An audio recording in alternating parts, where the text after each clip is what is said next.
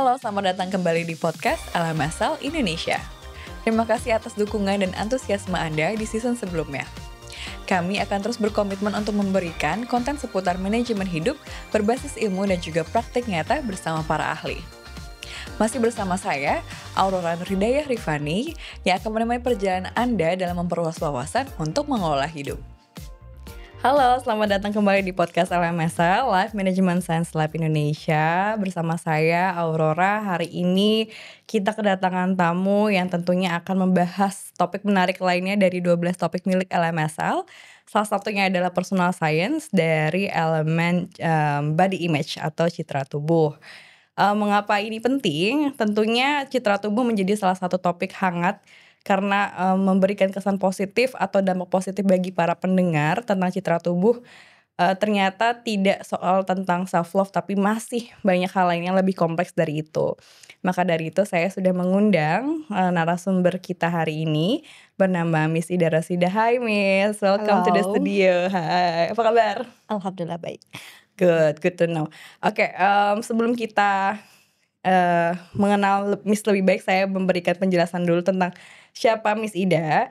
Jadi Miss Ida ini adalah salah satu pengajar di salah satu kampus negeri di Jakarta, Syarif Hidayatullah Jakarta, dan sudah melanglang buana ya, mengajarnya sudah bertahun-tahun secara khusus di sastra Inggris. Sastra Inggris. Ya, sekarang kajiannya pun lebih spesifik di kajian budaya ya, Kajian Miss budaya. Dan Miss Ida juga sudah lama menjadi reviewer dan juga menjadi peneliti untuk jurnal-jurnal ilmiah yang khususnya tentang relevansinya di budaya dan sastra, seperti itu. Miss mau tanya-tanya dulu, kan awalnya Miss karir memulai menjadi seorang dosen. Akhirnya merasa bahwa seru juga nih menjadi peneliti, itu mulai kapan Miss? Mulai kapan? Awalnya gini, mengajar itu sesuatu yang mengasyikkan ya, karena kita berkomunikasi dengan mahasiswa, generasi-generasi muda, kayak menyenangkan aja share pengetahuan dengan mereka, dan mereka pun aktif dan kritis untuk mengkritisi what happen in our society gitu ya. Jadi terutama ketika saya mengajar mata kuliah sastra dan kemudian difokuskan kepada kajian budaya, itu hal yang sangat menarik karena kita mengkaji apa yang terjadi di keseharian kita, kemudian bagaimana ini berrelevansi bukan hanya sekedar praktek kebudayaan yang sifatnya natural, tapi itu lebih banyak mengedepankan pada aspek-aspek sosial, ekonomi, politik, budaya dan sebagainya. Jadi tidak hanya dilihat sebagai kebudayaan yang ya udah emang itu kebudayaan selesai gitu, tapi kita mengkaji lebih kritis sehingga memunculkan pemahaman kritis, critical understanding di kalangan mahasiswa, dan kita bisa berdiskusi ilmiah tentang itu. Gitu. Ya, Miss Ida ini mungkin bisa dibilang menjadi salah satu yang paling aktif di kampus ya, untuk terus memberikan penelitian yang sangat berguna dan bermanfaat bagi generasi muda gitu ya. Sebetulnya gini, awalnya ya, saya tuh ketika jadi dosen, waduh jadi dosen tuh harus meneliti, kemampuan writingnya tuh harus oke gitu ya. Sedangkan saya tuh nggak punya basic writing yang kuat gitu. Tapi kemudian ketika kita sudah memilih untuk menjadi profesi itu, menjadi dosen, kewajibannya bukan hanya pengajaran, tapi kita punya tridharma perguruan tinggi yang salah satunya adalah bidang penelitian. Nah, bagaimana kita meneliti, tentu dalam bentuk tulisan, kemudian bagaimana itu didiseminasikan, direpresentasikan untuk international conference misalnya. Nah, itu kemudian menjadi satu tantangan tersendiri dan saya ingin belajar tentang itu karena meneliti itu ternyata bisa membentuk pemikiran kritis kita, terutama apa yang kita lihat di masyarakat. Kalaupun misalnya dalam bidang sastra itu kan kita fokusnya kepada apa yang direpresentasikan dalam teks sastra. Apakah itu sastra klasik ya, novel, puisi dan lain sebagainya, atau misalnya film. Sekarang kan banyak mahasiswa itu banyak yang memilih korpusnya film. Karena apa? Media itu merepresentasikan sesuatu dan itu memiliki makna. Ya, nah kita membongkar makna di balik sebuah representasi itu seperti apa. Iya betul. Jadi budaya itu tidak melulu soal budaya tradisional atau budaya modern ya misalnya, tapi keseharian, apa yang kita lakukan, apa yang kita mungkin menjadi habitual atau rutinitas pun menjadi salah satu praktik budaya ya secara tidak sadar. Oke. Itu sebenarnya agak mirip sama tujuan riset kita dari LMSL itu sendiri ya, misalnya dari core LMSL, karena manajemen ilmu hidup gitu. Jadi kehidupan, isu-isu yang ada di sekitar kita, di kehidupan kita tuh ternyata bisa diteliti dan bisa menjadi course kita gitu sih ya nanti. Kita mau kita mau buatlah untuk teman-teman di luar sana.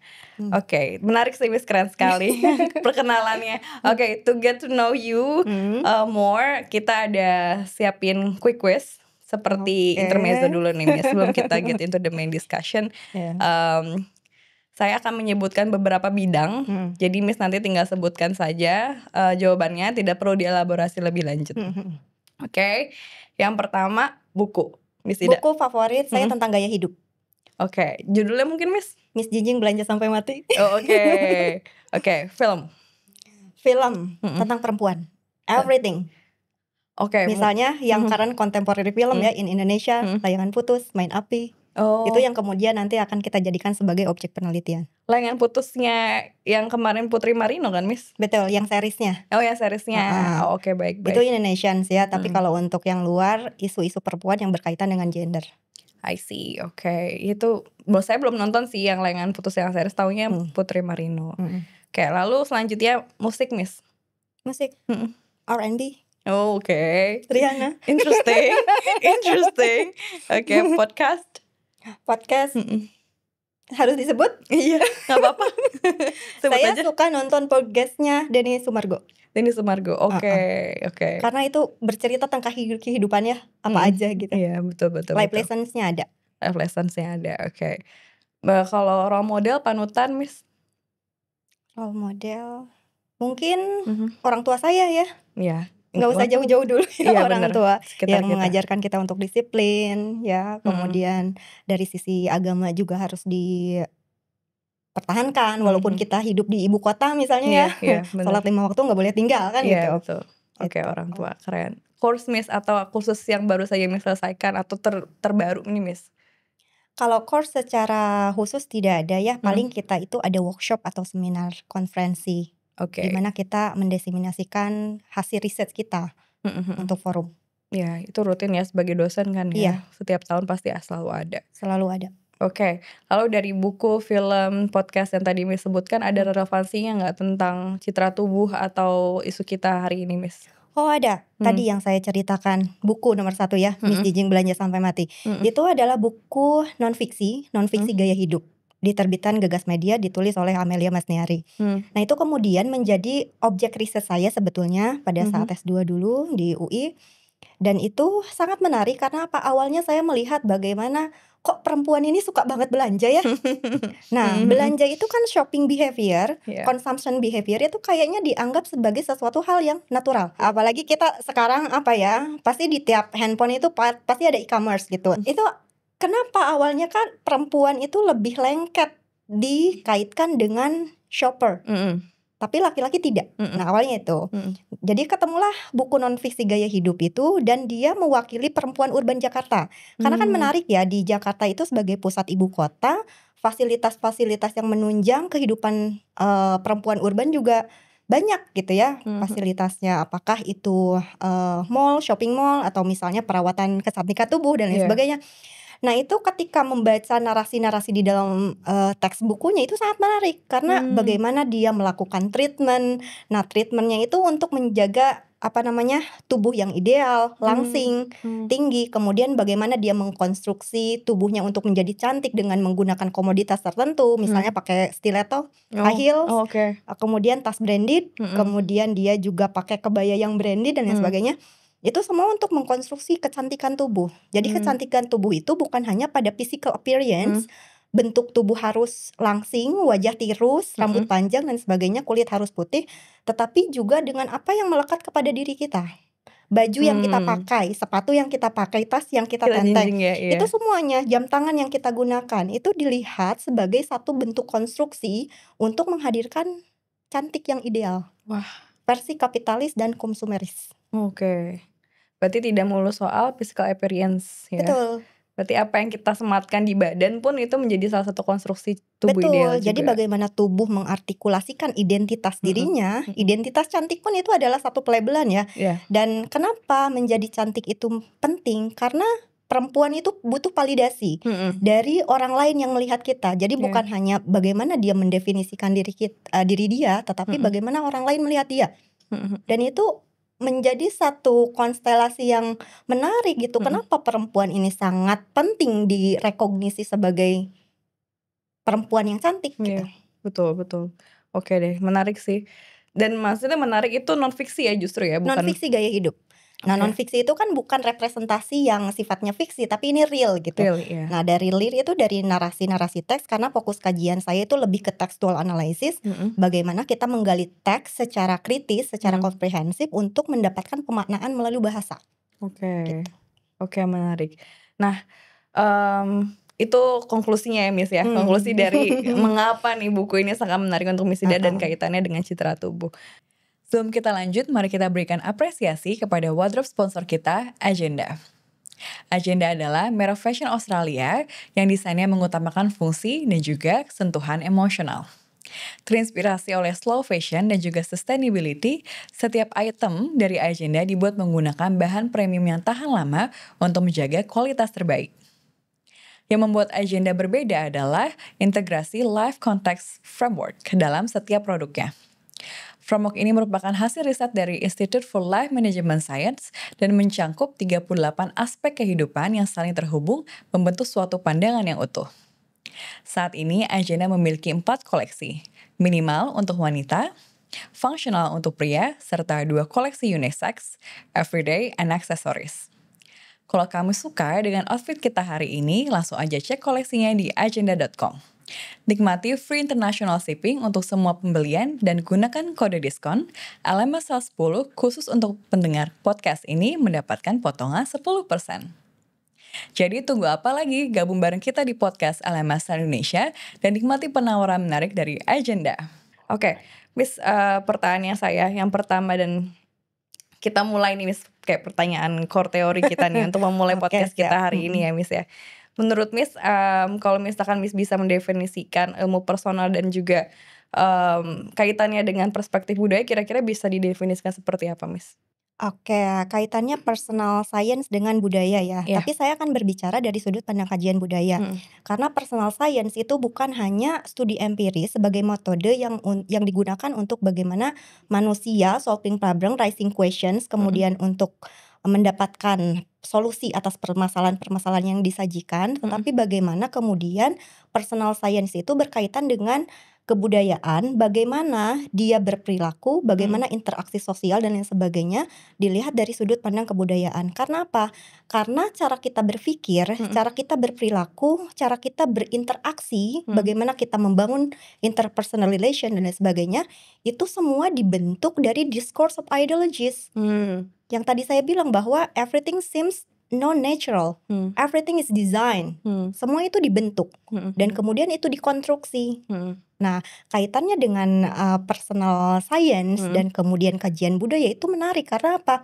Kajian budaya itu melihat semua praktek kebudayaan atau wujud kebudayaan tidak dilihat semata sebagai sesuatu yang natural, tapi dia ada relasinya dengan kekuasaan. Jadi ada bentuk konstelasi antara sosial, politik, budaya sehingga kebudayaan itu sifatnya politis gitu. Jadi bukan kebudayaan yang oke, ini adalah hasil perasaan karya cipta manusia yang terwujud dalam satu sistem kebudayaan, tapi lebih dari itu, kita menggali discourse of ideologies yang tersembunyi dari political culture study. Oke, keren. Nah itu maka dari itu ternyata mungkin ya Miss ya, topik kita pada hari ini yaitu citra tubuh dianggapnya sebagai sesuatu yang natural, but actually it is not. It is construction. Terus ya itu nanti akan kita bahas lebih lanjut ya Miss ya. Saya nggak mau spill dulu. Oke, lalu menarik ya karena ilmu personal dianggapnya selalu ilmu personal ngomongin soal diri sendiri nih, tapi diri sendiri kan banyak ya Miss ya. Banyak sekali. Nah salah satunya ini adalah body image gitu ya. Kalau Miss bisa mendefinisikan citra tubuh nih Miss, menurut Miss apa? Citra tubuh. Citra tubuh itu adalah persepsi, perasaan, our thought tentang tubuh kita sendiri ya. Individu persepsi individu terhadap dirinya sendiri. Nah, ini berkaitan mostly kalau berbicara citra tubuh itu lebih fokusnya kepada physical appearance. Karena kita tidak berbicara misalnya dari sisi intelektualitas, tidak. Karena body image itu lebih melekat pada bagaimana tubuh ini tercipta, bentuk tubuhnya seperti apa, size-nya seperti apa, bentuk wajah seperti apa, rambutnya seperti apa, kakinya jenjang atau tidak yang seperti tadi disebutkan. Itu lebih pada bagaimana mereka menilai diri mereka. Terutama physical appearance. Berarti bagaimana individual menilai diri sendiri? Betul. Oke. Itu kalau misalnya dalam dikaitkan lagi dengan kebudayaan, kebudayaan itu ada dua ya. Ada yang material cultures, ada yang non material cultures. Nah, persepsi kemudian belief, values itu masuknya ke non material cultures. Sehingga perasaan-perasaan kayak gitu kan dia invisible, dia tidak terlihat. Tetapi justru sangat membekas di benak, di kognitif kita, karena memang dia terinternalize dalam pikiran manusia. Sehingga untuk mendeskripsikan bahwa citra tubuh yang seharusnya seperti ini tuh nggak bisa, karena itu semua bermain di pikiran. Dan yang mengkontrol pikiran itu kan diri kita sendiri. Tetapi pikiran kita kadang-kadang dipalsukan oleh mekanisme tertentu. Kalau dalam pandangan Marxis itu dikatakan sebagai false consciousness. Jadi kesadaran palsu. Jadi kesadaran palsu itu bukan pada ketidakmampuan manusia untuk mendefinisikan mana yang benar, mana yang harus dan tidak harus dilakukan gitu. Misalnya mau mengkonsumsi ini atau tidak untuk mengkonstruksi kecantikan, tetapi bagaimana pikiran kita itu dipalsukan oleh mekanisme tertentu yang bekerja di dalam satu kebudayaan. Karena kebudayaan kita itu tidak bebas dari unsur politis. Gitu. Setuju. Full consciousness, saya jadi ingat mata kuliah dulu Miss. Kuliah Marxis. Karena kan ilmiah ya. Jadi memang kita referringnya kepada konsep-konsep yang sudah ada. Iya, setuju. Nah, menurut Miss mengapa nih kita saat ini penting untuk membahas citra tubuh? Kenapa? Kalau ditanya sekarang sangat penting. Karena apa? We live in the age of social media. Kita hidup dengan kepungan budaya mainstream, media mainstream dan lain sebagainya. Media itu turut mengkonstruksi bagaimana pikiran manusia terarahkan untuk meraih citra tubuh. Kalau citra tubuhnya positif oke, tapi kan kalau yang negatif itu yang berbahaya. Kenapa? Karena pada akhirnya dari citra tubuh itu terbentuklah kepribadian. Tadi bagaimana dia memandang dirinya, dia merasa puas atau tidak kepada dirinya. Yang ditekankan dalam misalnya kajian budaya itu adalah bagaimana citra tubuh itu menekankan kepada ketidakpuasan terhadap tubuh. Sehingga ketika kita tidak merasa puas dengan apa tubuh kita yang sekarang, kita akan terus merubah. Kita akan terus membentuk. Misalnya bentuk hidung tidak sesuai, operasi plastik, ya kan?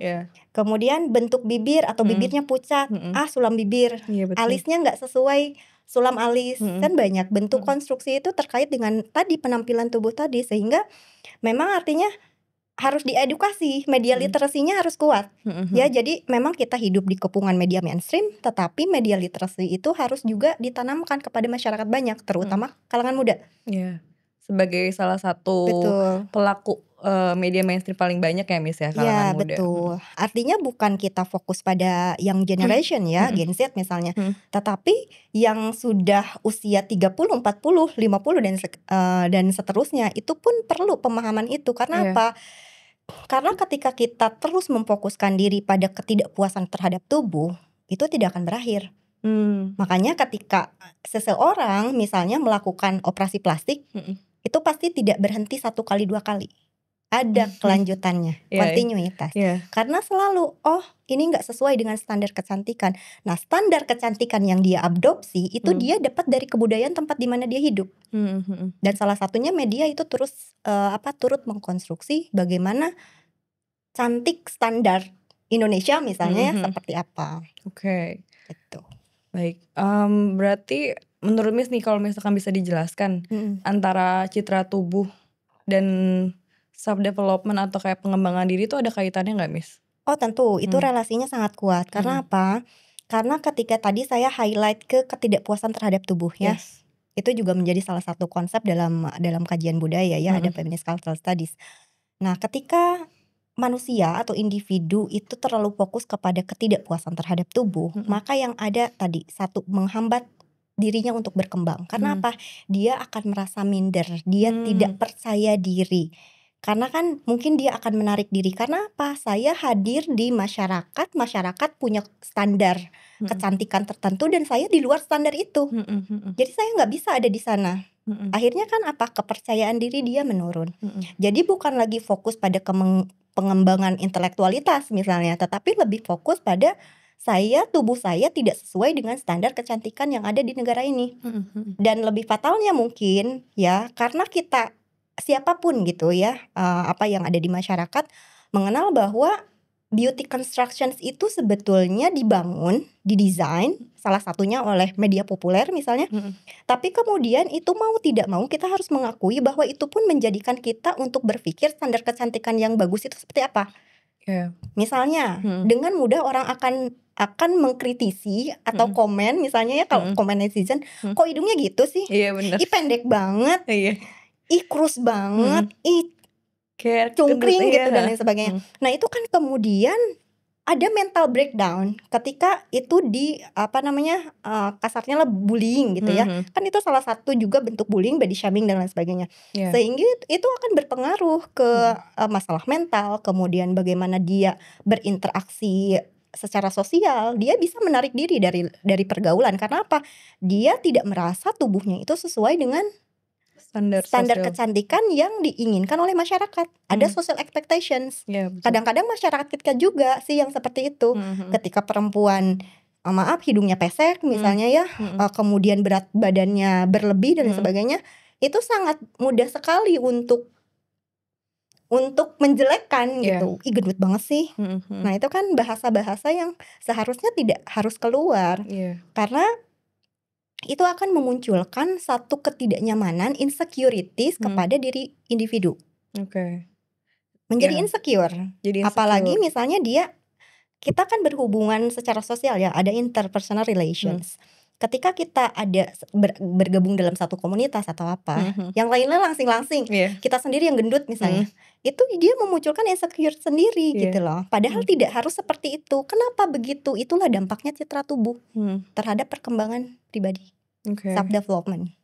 Nah itu menarik sih. Mungkin secara nggak langsung orang-orang yang kayak menarik diri untuk tidak ikut bergabung bersama teman-teman atau komunitas gitu ya Min. Kalaupun bergabung, mereka lebih kayak menyusun strategi untuk saya tetap diterima. Misalkan kayak nutupin badan. Betul. Ya kan, misalkan badan saya berlebih tapi pakai bajunya mungkin yang ada gede biar nggak kelihatan gitu kan.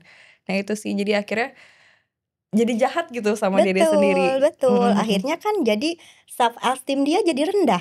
Setuju. Ya, penghargaan terhadap diri dia. Padahal siapa lagi yang akan mengapresiasi tubuh kita kalau bukan kita sendiri? Betul. Ya kan? Nah itu penting gitu. tuh. Biarkan saja orang lain underestimate bentuk tubuh kita misalnya, tetapi kita ya straightforward aja. Kita fokus pada pengembangan potensi diri, kompetensi, bukan pada tadi citra tubuh tadi. Betul sih. Dan menurut saya social expectation akan selalu ada sih Miss. Betul. Kalaupun kita misalkan gitu ya, bahaya kan kalau sampai operasi plastik, bahayanya sampai kayak sedot lemak misalkan gitu. Ya expectationnya orang-orang tuh pasti akan selalu ada, sedot lemaknya kurang nih atau kayak kaki kurusan deh. Jadi kayak nggak perlu capek-capek menuhin social expectation orang-orang. Karena social expectations itu nggak akan pernah berakhir. Jadi untuk apa kita jadi pribadi yang rugi? Yes, betul. Gitu. Itu sebenarnya udah dimention sedikit sih bagaimana tadi ya self esteem, terus kayak insecurity, dan itu nanti ujung-ujungnya akan mengganggu kesehatan mental kita ya Miss. Betul. Kesehatan mental dan fisik juga berpengaruh nggak Miss? Fisik mental, ya karena apa? Dari hasil riset itu ya, bukan hanya bahwa dampak dari citra tubuh itu, misalnya itu mengganggu pola makan, ya ada yang bulimia, anoreksia dan lain sebagainya. Bahkan studi ada yang menyebutkan bahwa dampak dari adanya citra tubuh itu bisa mengarah ke committing suicide. Oh no, eating disorder ya Miss ya? Ya, eating disorder. Nah itu jadi bahayanya itu kalau dia sudah terstigma dengan beauty standard dan lain sebagainya, dan dia menganggap dirinya itu tidak sempurna, tidak puas akan tubuhnya, tadi yang negatif-negatif dari dampak dari body image itu akan mengena ke diri dia. Oke. Nah tadi sempat Miss mention sih media populer atau media mainstream menjadi salah satu faktor utama bagaimana bentuk citra tubuh dibentuk lah ya dengan adanya social construction tersebut. Nah kira-kira Miss seberapa besar sih perannya media sampai bisa membuat narasi besar bahwa citra tubuh seperti ini? Kalau misalkan kita agak ke belakang sedikit ya Miss ya, lihat historisitas dulu.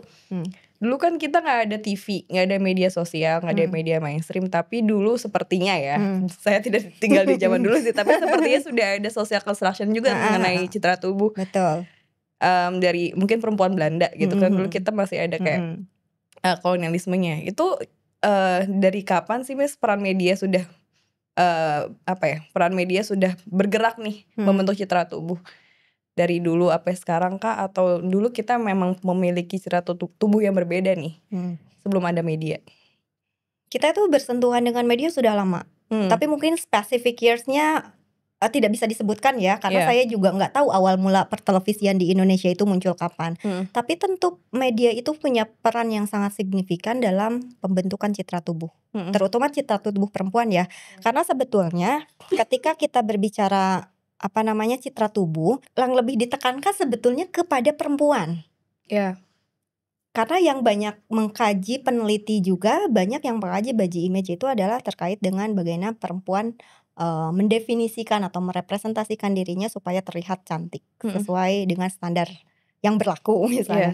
Nah, untuk media sendiri, dari traditional media, kita menyebutnya televisi itu sudah traditional media.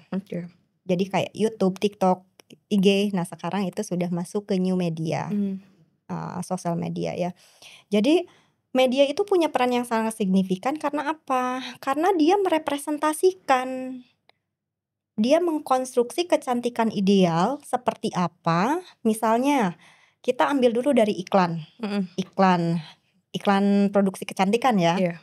Krim-krim kecantikan ataupun bahkan iklan sampo sekalipun ya rambutnya harus hitam, legam, tapi tetap yang ditampilkan itu adalah perempuan yang hidungnya mancung, bibirnya tipis, kemudian wajahnya tirus, langsing, kulitnya putih.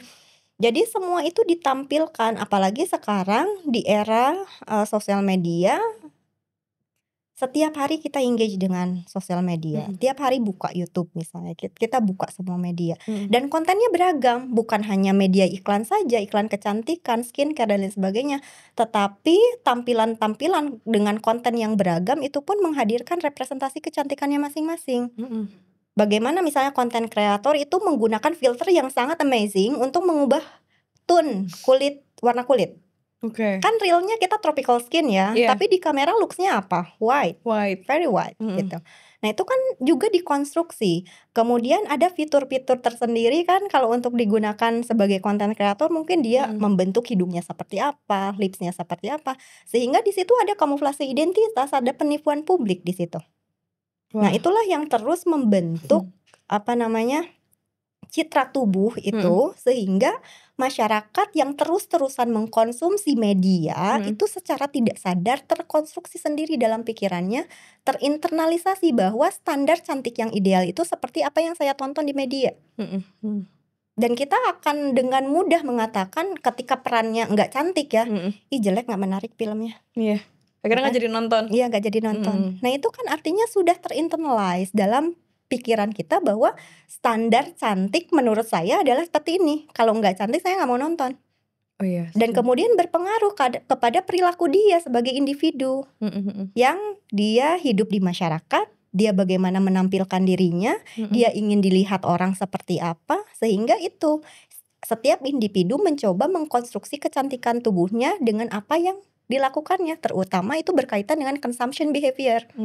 Belilah produk-produk kecantikan, beli krim malam, krim siang, ya, kemudian beauty make up dan lain sebagainya. Nah itu semua untuk mengkonstruksi kecantikan. Lalu kemudian emang ada yang salah ketika kita beli produk? Emang salah kalau misalnya operasi plastik? Emang salah kalau kita sampai operasi berkali-kali gitu? Jawabannya apa? Menurut Aurora? Kalau menurut saya Jadi nanya agak balik ya. takut politis nih jawaban, harus politis. Kalau menurut ini agak, kalau dari persepsi saya yang melakukan gitu ya, misalnya selama saya tidak menyakiti orang lain gitu, saya nggak apa-apa deh. Tapi Betul. kan harusnya saya juga bisa mengkritisi diri sendiri, saya ini memenuhi kepuasan siapa sih, kepuasan diri atau kepuasan orang lain gitu. Ya betul, ketika ditanyakan salah apa enggak, ya itu depends on the personal ya. Ada yang katanya itu salah, apalagi kalau misalnya membawa perspektif agama, udah dilaknat sama Allah tuh. Ya kayak gitu kan. Ya kan, langsung azab. Nah, tapi kita melihat dari kacamata budaya bahwa perilaku-perilaku kayak gitu tuh sebetulnya tidak baik gitu loh. Bukan haram, bukan, tapi tidak baik. Karena apa? Karena di situ tuh ada ideologi dominan yang membentuk perilaku manusia, consumption behavior-nya. Karena tadi di awal mula dari ketidakpuasan terhadap tubuh, kemudian dia mencoba mengkonstruksi dirinya sedemikian rupa untuk bisa sesuai dengan standar kecantikan yang ada, untuk membentuk tubuhnya sebagai tubuh yang ideal. Bahkan hidungnya sudah mancung karena ada sesuatu yang tidak dia puas gitu dari bentuk hidungnya, dilakukan operasi plastik lagi dan lain sebagainya. Bener banget. Sebetulnya banyak riset yang sudah menunjukkan itu ya. Misalnya Jagger mengatakan bahwa anyone can be anyone as long as they have the means to participate in consumption. Ya kan, mereka bisa melakukan apa aja, mereka bisa beli apa aja, misalnya termasuk operasi plastik, selama mereka punya modal untuk membeli semua itu gitu. But it's not talking about money gitu loh. Sepunya-punyanya Anda uang, sebanyak apapun uang yang Anda miliki, tapi try to be satisfied with yourself. Karena nggak akan ada endingnya ketika mengikuti itu. Dan kalau misalnya tujuannya adalah untuk memenuhi social expectations, kapan Anda bisa memenuhi social expectation? Yang tadi saya bilang ya, It's never end gitu. Never ending aja sih, Miss. Lalu capek gitu loh. Banget lah, Miss. Iya kan? Menuhin social expectation karena pasti akan berubah, Miss. Kayak sekarang kan yang tadi saya bilang ya, mungkin dulu standar kecantikan lebih ke western, lebih ke bule, kayak bold makeup gitu kan, kayak hidung mancung, sekalinya putih ya putihnya yang kayak masih rada-rada tan gitu ya, Miss ya, masih kayak kuning nggak apa-apa. Nah sekarang tuh kita kan bergeser nih, Miss, ya ke Korean atau kayak K-pop industry, K-wave gitu. Jadi mau sampai kapanpun ya jangan mungkin aja gitu ya, misalnya suatu saat kita jadi berubah nih, udah bukan K-wave lagi, jangan-jangan nanti kita lebih ke lebih ke timur tengah, jangan yang konsep kecantikannya itu nggak akan pernah puas sih. Betul ya, jadi budaya pop di Indonesia nih ya itu K-pop itu, dan itu sangat berpengaruh sekali terhadap body image.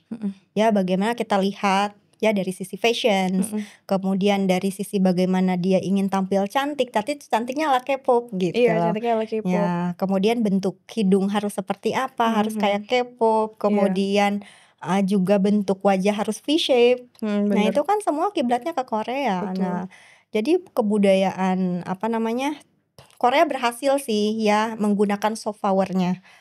Ya, karena Good job ya. betul untuk untuk K-pop itu, industry. tapi kemudian ini akan sangat berbahaya untuk generasi muda terutama, karena kan mereka masih labil ya untuk mereka bertransformasi dari masa kanak-kanak remaja, kemudian dari remaja ke dewasa.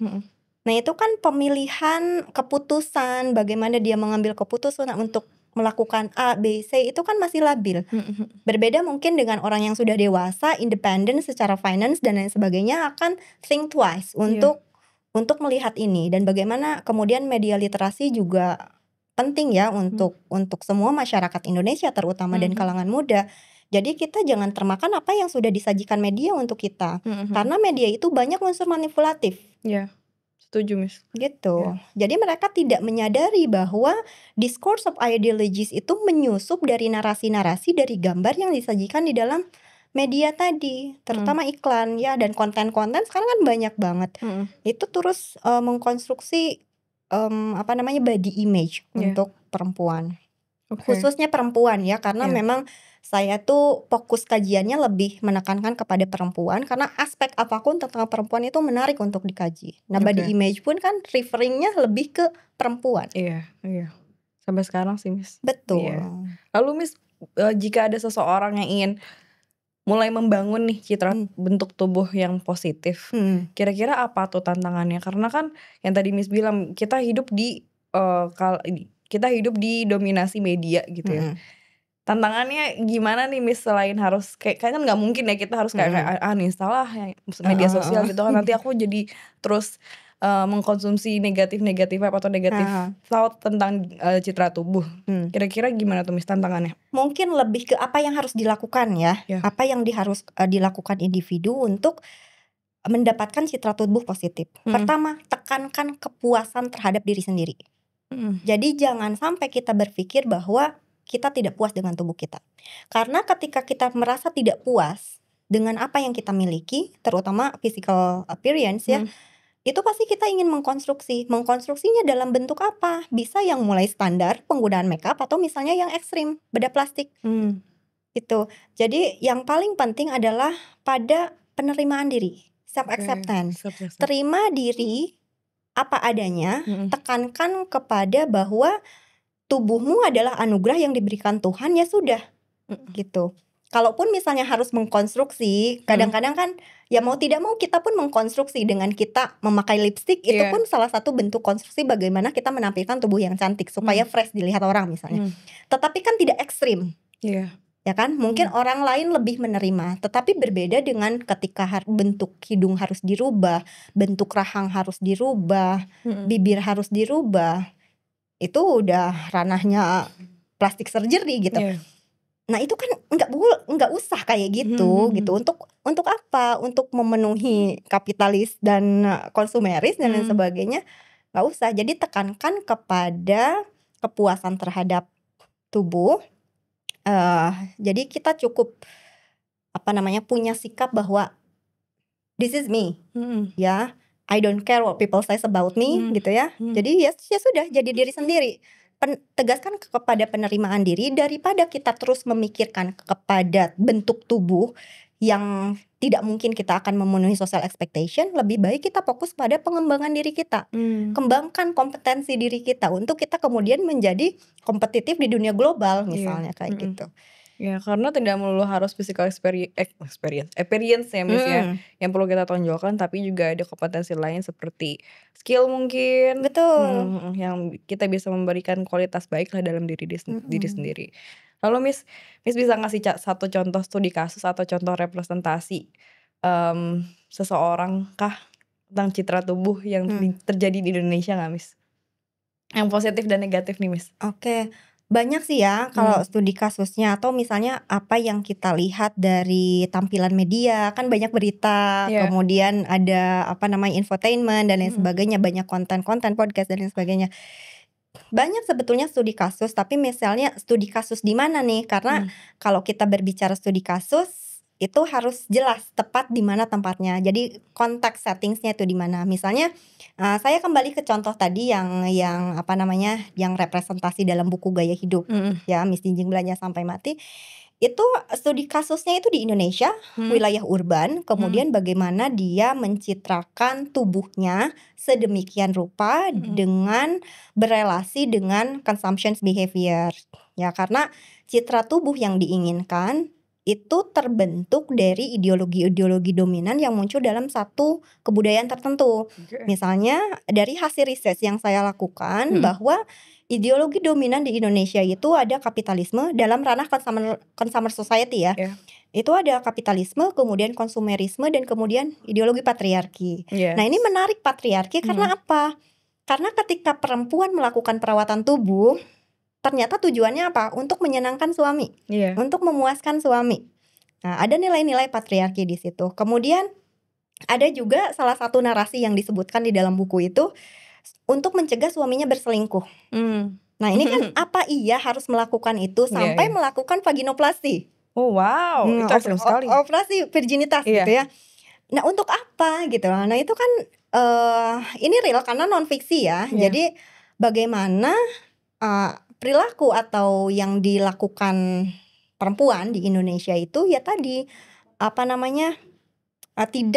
tidak dilihat sebagai perilaku yang natural, tapi memang kita tuh hidup di dalam ideologi dominan yang ada di dalam sebuah masyarakat. Karena tubuh kita hadir di satu kebudayaan, dan kebudayaan itu dia memiliki nilai-nilai politis tadi, sehingga tubuh yang kita hadirkan di depan publik itu bukan tubuh biologis saja, tetapi tubuh yang memiliki banyak pemaknaan karena dia berelasi dengan sosial, budaya, ya politik, sehingga nilainya nilai politis. Oke, menarik sih tadi Gitu. disebut lagi-lagi ya, misalnya ideologi patriarki menjadi salah satu ideologi dominan yang ternyata mungkin selama ini kita tidak sadar kayak buat badan ibu bekerja ibu telah menyusui atau melahirkan gitu kan, pasti kan bentuk tubuh akan berbeda kan. Gimana nih caranya kalau misalkan aku tidak langsing lagi, nanti suami aku malah berselingkuh. Nah itu. Jadi memang ada ketakutan tersendiri seperti itu, padahal kan tidak harus seperti itu. Nah itu untuk yang citra negatif ya Miss. Ada gak sih representasi seseorang atau tokoh nih Miss di Indonesia atau at least di kota metropolitan yang Miss pernah lihat ya sudah menjunjung tinggi nih citra tubuh positif, kayak aku udah mulai self love, udah mulai self acceptance yang Miss pernah tahu? Oke. Biasanya untuk kayak gitu itu studi kasus langsung ya, karena saya mengajar mahasiswa saya masih muda-muda ya, di usia 19, 20, 21 gitu ya. Dan ketika saya memberikan tugas personal essay, ya mereka berkaitan dengan itu self acceptance, bagaimana mereka menerima tubuh mereka. Tetapi memang bukan hanya terkait pada body image ya, berkaitan dengan citra tubuh, tapi penerimaan dia sebagai satu pribadi dengan berkaitan dengan interpersonal relation dan lain sebagainya. Itu semua berproses. Bagaimana kemudian dia bisa menerima dan lain sebagainya, itu proses yang panjang ketika pertama ditekankannya bahwa dia tidak puas atas dirinya yang seperti ini. Ketidakpuasan terhadap tubuh itu, kalau misalnya dilihat dari other konteks ya, bukan hanya body image, kan bukan hanya dari wajah saya tidak sesuai dengan standar kecantikan yang diinginkan oleh masyarakat misalnya, tetapi ada aspek-aspek lain yang berkaitan dengan itu. Nah, tokoh yang tadi Aurora sebutkan itu, saya tidak ada tokoh yang saya tahu dari awal dia awalnya seperti apa, kemudian pada akhirnya dia bisa menerima diri. Karena semua itu berproses, tapi saya menjelaskan secara umum saja bahwa penerimaan diri yang positif itu bermula ketika tubuh itu merasa puas atas dirinya. Mau bentuk tubuhnya seperti apa, mau dia terlahir di mana, seperti apa, itu dia menerima saja. Sehingga kita bukan berbicara masalah bersyukur atau tidak ya, berkaitan dengan puas dan tidak puas terhadap tubuh kita, tetapi lebih menekankan kepada bagaimana tubuh kita sudah didesain seperti ini, bukan kita yang menginginkan, tetapi bagaimana kita memperlakukan tubuh kita ini secara baik gitu loh. Tidak mendiskreditkan diri sendiri, tidak menarik diri dari pergaulan karena merasa dirinya tidak ideal, tetapi lebih fokus pada saya menerima tubuh saya. Saya menerima, karena penerimaan diri itu yang penting. Menerima diri dia, tidak perlu insecure ketika dia comparing themselves to others.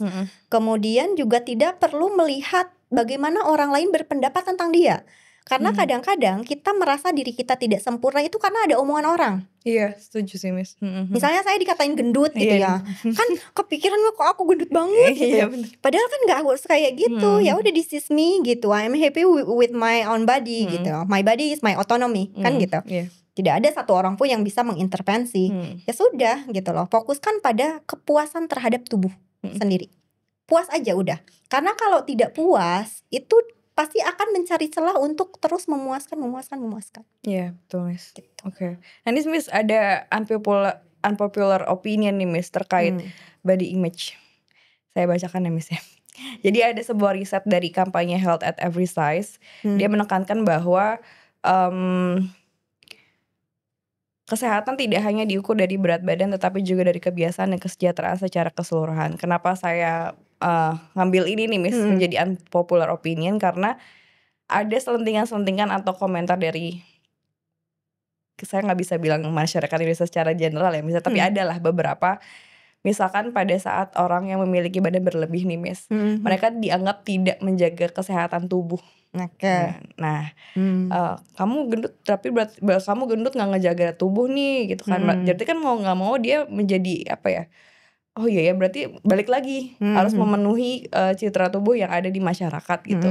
Nah tapi katanya dari kampanye yang Health at Every Size, kesehatan tidak hanya diukur dari berat badan tapi juga dari kebiasaan dan kesejahteraan secara keseluruhan. Miss setuju atau punya pendapat lain mengenai ini? Saya setuju dengan itu. Karena bukan hanya dari berat badan. Misalnya berat badan kemudian itu dikatakan sehat dan tidak sehat. Sebetulnya kan kalau dari sisi kesehatan kita bisa lebih aware gitu ya. Misalnya ketika badan kita memang overweight. Overweight itu kan memang yang tidak bagus karena itu berdampak pada kesehatan. Kesehatan jantung dan lain sebagainya. Itu juga membatasi mobilitas dia untuk bergerak dan lain sebagainya, kan itu juga merugikan diri dia sendiri. Tetapi yang perlu dilihat adalah bagaimana citra tubuh atau bentuk tubuh yang ingin didapat itu bukanlah sebuah konstruksi yang dibangun di masyarakat dominan terkait beauty standard. Karena akan berbeda.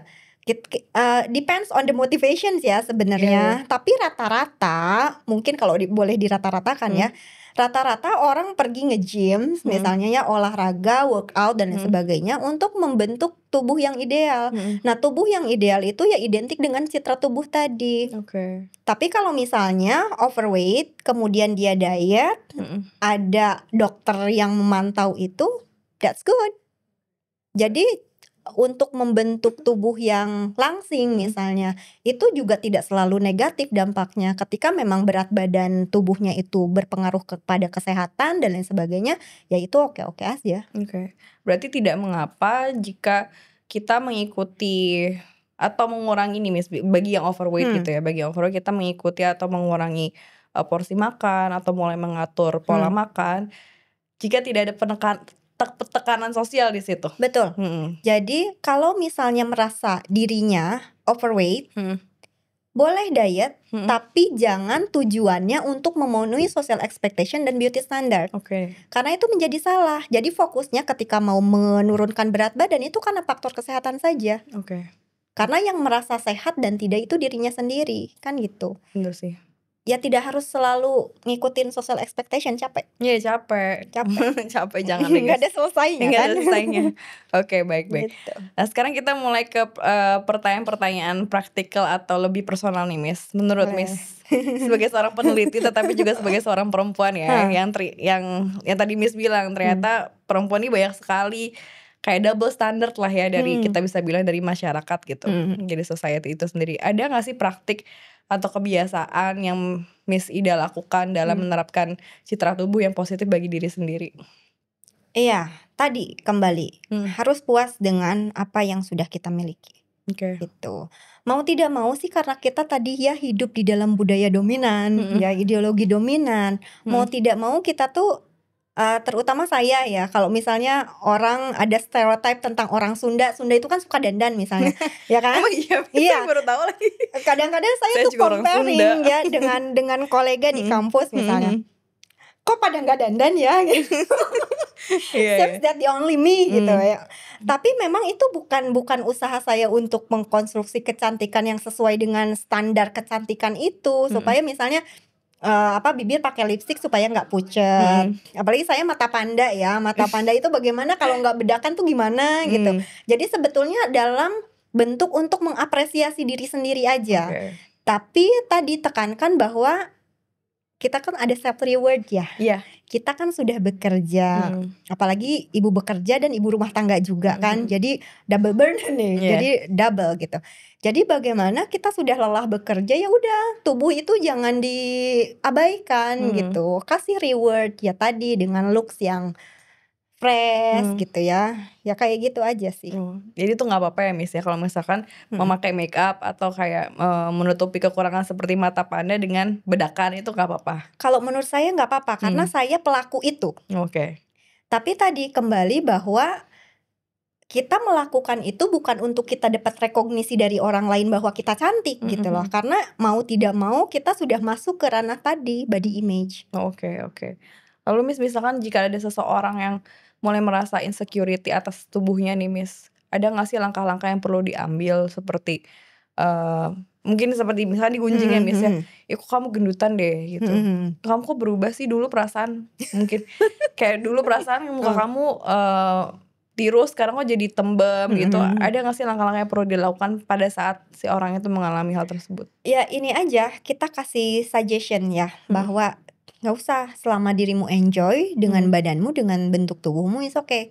Tapi kalau dirimu sendiri udah merasa tidak sehat, udah pengap misalnya karena faktor kegemukan tadi, ya udah lakukan dietnya diet sehat, pantau dokter gitu loh. Seperti itu. Oke, itu langkah Jadi sederhana ya, apa Miss? namanya, jangan terlalu to the point meng-underestimate orang dengan kekurangan tertentu gitu loh. Kalau Oke. lihat dulu kasusnya seperti apa dulu nih dia, mau pakai make up yang seperti apa. Ini menarik nih, apa namanya, terkait dengan kosmetik ya, Iya. beauty kosmetik. Untuk anak-anak muda sekarang yang kuliah misalnya, Iya. itu bermake up tuh lebih wow daripada dosennya gitu. Iya bener. Nah, kadang-kadang kita mau menegur ya, mau menegur tapi kan itu keinginan dia. Tapi when is it too much, mau nggak mau kita mengatakan karena pakai make up yang natural aja. Kan kalau ke kampus nggak usah lah pakai bulu mata palsu misalnya, atau alisnya Yang bener kayak mau aja. kondangan. Ada Miss yang kayak gitu? Ada yang kayak gitu dan biasanya itu Oke. difokuskan. Saya tuh jarang mengomentari itu ya, karena saya bilang bahwa penampilan dia ya udah penampilan dia, selama itu tidak melanggar etika akademik dan lain sebagainya, itu oke lah ya. Tapi kadang-kadang komennya itu datang dari teman-teman dosen, terutama sastra Inggris gitu, karena memang western mungkin gitu. Banyak dikritik gitu loh, ini mahasiswa asing nih kayak gini. Tapi pada akhirnya ya udah, kalau misalnya terlalu berlebihan ya kita kasih tahu. Oke. Baik. Tapi secara personal ya. Iya, oke. Tuh, atau misalnya mereka mau ujian apa, saya kasih tahu untuk berpakaiannya seperti ini, untuk make up-nya yang soft saja dan lain sebagainya. Itu menarik sih Miss, karena saya melihat bahwa adanya fenomena anak-anak muda sekarang sudah jago make up. Bahkan saya lihat, saya bukan pengguna TikTok, tapi waktu itu adik saya nunjukin bahwa ada anak SMP apa SMA gitu, kayak this is my daily makeup, kayak go to school daily makeup gitu. Kayak pakai lengkap itu Miss, skincare lengkap dari moisturizer, sunscreen, sampai dengan kayak concealer, sampai contour. Maksudnya kayak wah gila sih, maksudnya berarti lagi-lagi gitu ya, konsumerisme itu sendiri gitu menjadi salah satu budaya dominan yang secara gak langsung nih anak-anak muda yang tadinya tidak mengenal dan tidak perlu mengenal di umur segitu ya misalnya tentang makeup, jadi mengerti kosmetik Miss. Iya, itu juga influence dari media kan. Dan lagi tadi di image to look more beautiful itu ada. Iya bener. Gitu, sehingga ya terus prakteknya dilakukan seperti itu. Unless ada yang menegur di sekolahnya, ada regulasinya seperti itu, baru dia akan berhenti. Karena kalau untuk dunia pendidikan ya misalnya, tidak ada aturan tertulis tentang itu. Di Student Code of Ethics itu nggak ada. Tapi kan itu normatif aja ya, maksudnya secara dipandang juga kurang bagus. Jadi ke kampus kayak mau kondangan gitu ibaratnya kayak gitu. Nah, itu yang sebenarnya bukan concern saya di bidang itu, tapi teman-teman saya yang kok too much deh kayak gitu. Jadi ya udah, mau nggak mau kan saya juga ikut ya, daripada membuat risih dosen-dosen lain, karena memang kalau misalnya itu mahasiswa saya ya saya kasih tahu. Oke. Baik Miss. Lalu yang tadi Miss bilang kayak self love, self acceptance, dan tidak melulu harus mengikuti suggestion dari orang mengenai citra tubuh diri sendiri. Adakah manfaat yang bisa kita ambil saat kita mempraktekkan hal-hal tersebut Miss? Pasti udah otomatis kita nggak bakal ngerasa insecure lagi. Selain itu ada lagi nggak Miss? Ya sudah, kalau misalnya kita sudah merasa puas, kita tidak mendengarkan opini orang lain yang buruk-buruk tentang diri kita, oke. Itu justru kita akan secure, udah aman aja ya Miss. Tapi itu tadi cara kita mengendalikan pikiran sendiri itu yang harus dipelajari, harus tetap digali, karena lebih diarahkan kepada critical thinking-nya. Jadi berpikir kritis bahwa perilaku seperti ini itu tidak bagus gitu. Apalagi misalnya punya basic pendidikan dan lain sebagainya, itu jangan semudah itu termakan ideologi. Karena memang kan ideologi itu sifatnya halus ya, tidak dirasa bahwa itu adalah sebuah ideologi, tetapi karena sering berulangnya kita menonton, kemudian seringnya kita berinteraksi dengan orang lain, itu membentuk pikiran kita dan pada akhirnya termanifestasi bagaimana kita berperilaku. Dan tadi berarah pada consumption behavior. Karena apa? In consumer society yang dilihat itu bukanlah pada produk yang dipakainya, misalnya baju untuk menutup aurat, tapi lebih kepada image yang melekat pada produk itu. Jadi citra yang ingin diambil, misalnya bedak itu kan merepresentasikan bisa dianggap bisa menghadirkan kecantikan. Nah cantik itu yang dibeli, bukan bedaknya yang dibeli tapi cantiknya. Gitu. Itu menarik sih, cantik itu yang dibeli bukan bedaknya yang dibeli. Betul, sama seperti komoditas lain yang dianggap bisa merepresentasikan atau mengartikulasikan identitas kelas sosial. Ya misalnya tas branded tadi, stiletto yang dengan merek tertentu, kemudian mobil dengan merek tertentu, itu kan bisa dilihat sebagai representasi identitas kelas sosial. Bagaimana dia merepresentasikan dirinya, bagaimana dia mengartikulasikan identitasnya dengan apa yang dia miliki. Nah karena apa? Karena komoditas ya, industri kecantikan juga bentuk wujud kebudayaan. Dia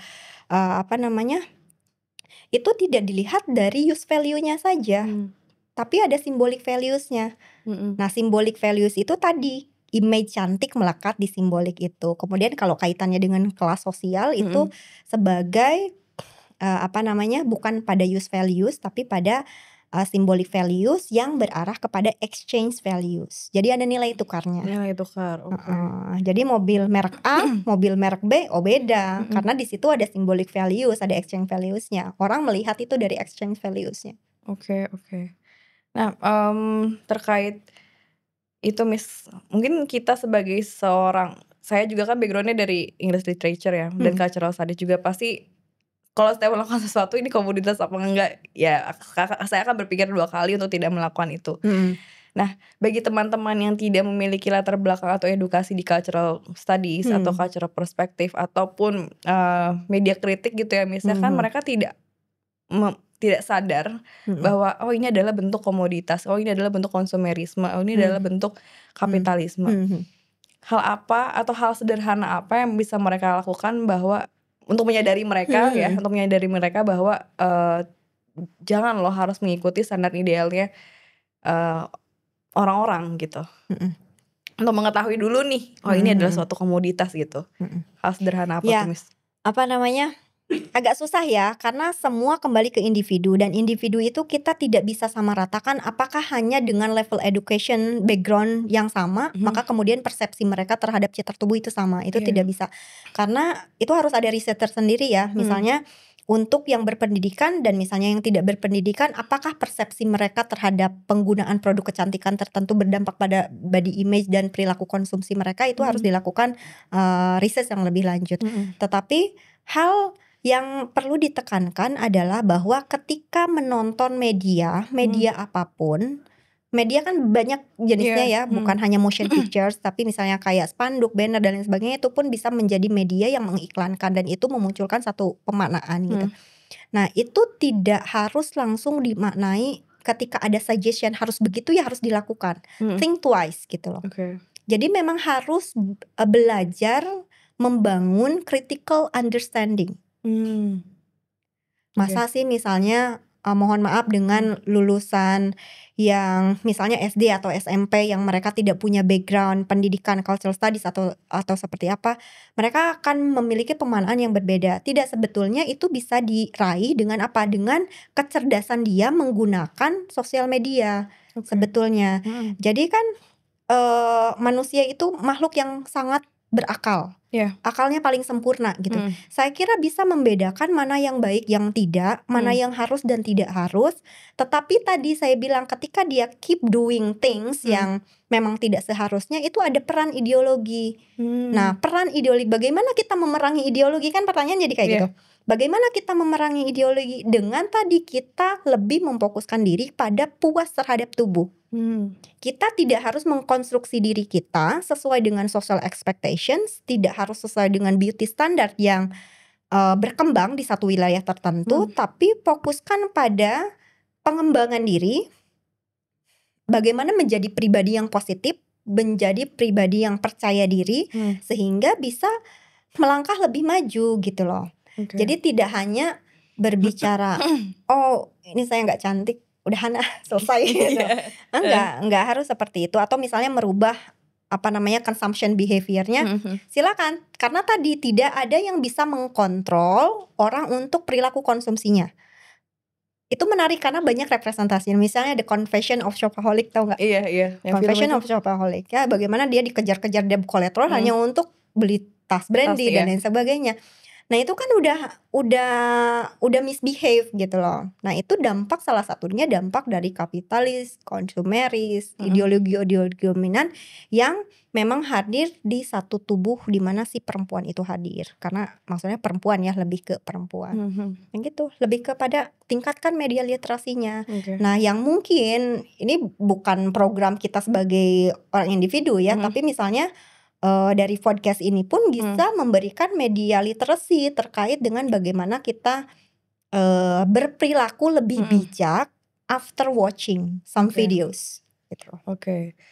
Hopefully ya Miss ya, this is gonna be one of the karena kan mungkin misinya itu iya gitu. banget sih Miss, banget. Jadi mungkin dari langkah sederhana itu tadi ya, jika merasa bahwa melakukan hal-hal yang terus berulang dan tidak dan ini kayak nggak bagus nih, berarti kita harus mempertanyakan diri. Itulah yang tadi Miss bilang, critical understanding yang perlu ditingkatkan lagi. Jadi kalau mau beli-beli itu penting nggak ya? Karena kita hidup di budaya konsumen itu memang kayak gitu. Jadi apa yang tadinya hanya sebagai keinginan itu dirubah menjadi kebutuhan dan jadi kewajiban. Itu sih yang bahaya, yang kewajiban. Itu bahaya. Makanya bagaimana kita, ya kalau misalnya ideologi itu sangat kuat, maka kita juga punya komitmen yang kuat terhadap diri sendiri. Jadi berpikir, ini penting gak sih untuk kita beli? Walaupun dikalahkan ya dengan hasrat gitu ya. Tapi kembali lagi bahwa ya if it is not really important, ya ignore it. Ya berarti harus ada self control juga ya Miss ya? Self control. Good. Nah Miss, saya akan memberikan waktu kepada Miss Ida untuk mengatakan apa saja yang Miss Ida inginkan sama 1-2 menit kepada yang nanti nonton boleh. Tidak perlu terkait tentang body image, tapi mungkin saran-saran atau pesan-pesan kepada karena tadi ya Miss pernah Miss juga sempat mention bahwa citra tubuh tidak mulus soal kalangan muda, tapi lapisan-lapisan lain seperti wanita dewasa, perempuan, bahkan mungkin anak remaja. Ya pasti anak remaja ya, sebagai salah satu pengguna sosial media paling tinggi di Indonesia. Apa yang mau Miss sampaikan nih Miss? Tidak perlu tentang citra dulu, tidak apa-apa. Penonton semuanya yang hopefully you're happy there. Jadi terkait dengan pembahasan topik diskusi kita hari ini terkait dengan body image, bagaimana body image itu ternyata mempunyai dampak yang sangat signifikan terhadap perkembangan pribadi seseorang ya, apakah dia berkaitan dengan relasi sosial, bagaimana kita berinteraksi di dalam masyarakat dan lain sebagainya. Terutama ditekankan kepada bagaimana kita menerima tubuh kita secara utuh, menitik beratkan kepada kepuasan terhadap tubuh. Jadi berhenti tidak puas terhadap diri sendiri, terutama pada physical appearance. Karena apa?